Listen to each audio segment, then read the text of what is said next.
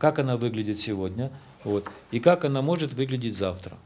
Не просто слова, а конкретные проекты по развитию микрорайонов. Кандидат в депутаты Александр Дрёмин имеет свое видение будущего микрорайонов. Красивый, зеленый, удобный, безопасный двор, улица и город. Таким видит и сделает его Александр Дрёмин, если 11 декабря его и партию «Кыргызстан» изберут в Бишкекский городской кенеш. Люди, которые приходят ко мне и это видят, равнодушных не осталось ни одного человека. Вот такие прекрасные решения, вот, они хотят увидеть завтра. Они хотят жить в этом прекрасном городе, в этих прекрасных условиях. Здесь есть места, где они могут посидеть и отдохнуть с козырьками, скамеечки, не сидеть на этих вот бетонных ограждениях. Вот.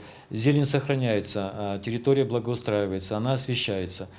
Вместе с развитием центра и микрорайонов столицы должны развиваться и жилмассивы, считают кандидаты партии «Кыргызстан». Руслан Пазылов уже не первый раз вносил свой вклад в решение проблем новостроек и намерен продолжать это делать.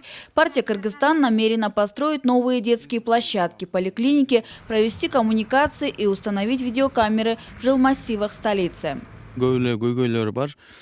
Я считаю, что новостройки должны развиваться параллельно с центром столицы. Так же, как в центральных частях, мы должны ремонтировать и строить площадки для детей. Новостройки – это очень важная часть города.